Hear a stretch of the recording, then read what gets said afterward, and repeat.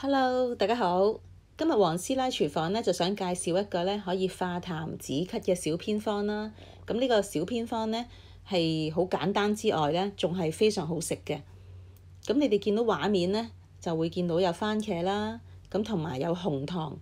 咁呢個方法咧就非常簡單，你只要將嗰啲番茄咧就切片啦，跟住剪一啲紅糖食。咁佢嘅好處咧就係當你有痰啦，同埋咧咳嘅時候咧都係可以用嘅。咁有啲時候咧係因為感冒而引起好多痰嘅情況咧，都可以嘗試用嘅喎，而且咧仲係好好味嘅。咁同埋咧，醫師都會有分析嘅，就係話點解呢個方法有用咧？咁佢話番茄咧就係一個好平嘅抗癌水果啦。咁佢又含有好豐富嘅鈣質、磷質、鐵質，同埋亦係有叫做胡蘿蔔素同埋一啲維生素，例如有 B1、B2、C 同埋茄紅素啦。咁尤其是咧維生素 C 咧就可以幫助抗發炎同埋增強我哋嘅免疫力啦。咁佢含有茄紅素，咁茄紅素咧係一種抗氧化嘅物質嚟嘅。咁佢可以壓抑我哋身體裏面嗰啲自由基嗰啲活動啦，咁亦可以有治療咳嗽、去痰嘅功效嘅。咁我哋選擇番茄嗰陣時咧，要揀一啲熟透嘅番茄喎。咁尤其是咧，我哋揀嗰陣時咧，要佢係即係紅啲啦。咁盡量咧就揀一啲熟透啲嘅，就唔好話帶青色嗰啲，因為帶青色嗰啲咧會含有一種毒素叫做龍葵素。咁咧如果食青色嘅番茄咧，就容易會引起食物中毒嘅。咁我哋記住啦，不過其實我哋市面上咧都好少話會有啲真係青色嘅番茄賣嘅。咁我哋平時見嗰啲咧都係紅啲嘅。咁我哋咧就選擇越紅咧其實就越好啦。咁我哋首先咧就清洗下嗰啲番茄先啦。咁同埋咧，由於今次呢個小偏方咧係生食嘅個番茄，咁所以咧我都會再用一啲熟嘅水咧，就再清洗下佢。咁呢啲係熟嘅水嚟嘅，咁我就清洗下佢啦。咁跟住咧個砧板咧，我都會用啲熟嘅水咧，就會沖洗下佢嘅。咁其實番茄咧就有好好嘅作用㗎喎。咁佢除咗係維生素 C 非常豐富啦，咁係可以淡化我哋嘅黑色素同埋淡化斑點之外咧，對我哋嘅心臟咧都係有一個好健康嘅作用嘅。咁同埋咧佢又可以，因為佢個維生素 A 咧都豐富嘅，咁所以咧就可以令到我哋嘅視力好好啦。咁同埋咧，如果煮熟嘅番茄咧，佢亦有降血糖同埋降血壓嘅作用。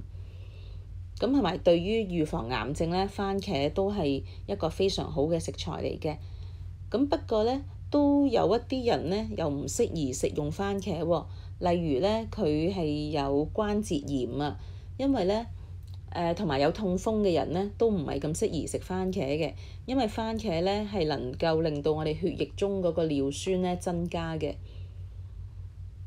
咁同埋咧都有一啲人係唔適合食番茄，即係除咗係有關節炎嗰啲唔適合啦，咁係仲有就係有一啲人咧係會對番茄有過敏嘅。咁因為番茄裡面咧都有一啲過敏原嘅。咁佢如果係容易敏感嘅人咧，就會可能會食咗番茄之後會打乞嗤啦，或者有濕疹啊、皮疹啊嗰啲啦，又或者係眼睛痕啊，或者係面部腫脹啊咁樣嘅，又或者咧係有啲係會有皮膚發炎。咁另外咧，如果係有腎病嘅人咧，或者腎功能唔係咁好嘅人咧，其實都唔係咁適合食用番茄嘅，因為番茄咧含鉀嗰個成分咧都高嘅。咁含鉀成分高咧，就對於腎病患者咧都係唔適合嘅。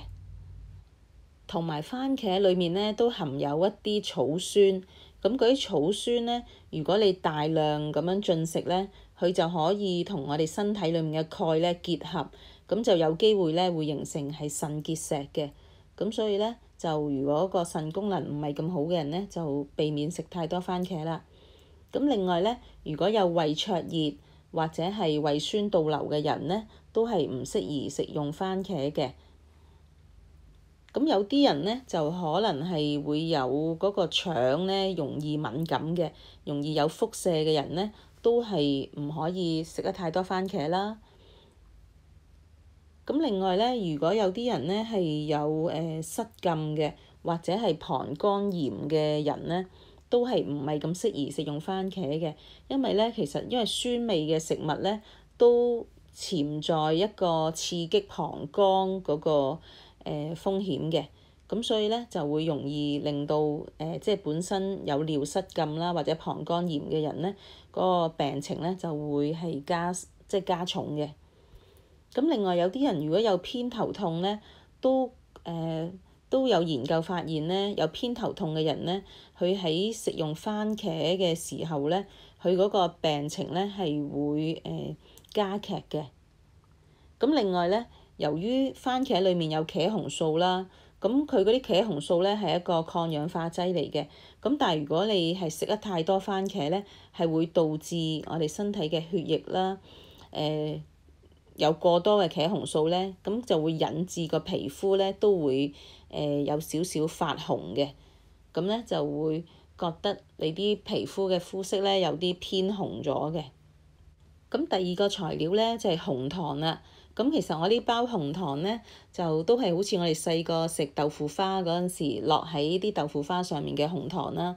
咁不過呢，我就見佢嗰度呢都寫，即係好似都有一啲色素啊或者之類啊，咁都唔係咁純正。咁如果你哋有其他比較純正啲嘅紅糖呢，咁你哋就用嗰啲啦。就我呢隻呢都係唔係咁純正。咁不過我就即係見佢寫話要紅糖，咁我就見屋企有呢，咁我就攞出嚟俾你哋睇下啦。咁不過呢，如果你哋有更加純正啲嘅好啲嘅，咁你哋用翻你自己嗰啲啦。咁另外呢，就講到番茄呢，咁佢係有降血壓同埋降膽固醇嘅作用嘅。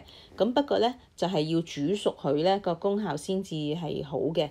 咁同埋呢，都有啲人話啦，咁佢嗰啲茄紅素呢係應該係脂溶性嘅。咁就話係咪一定要係炒佢呢？用油炒佢先得呢？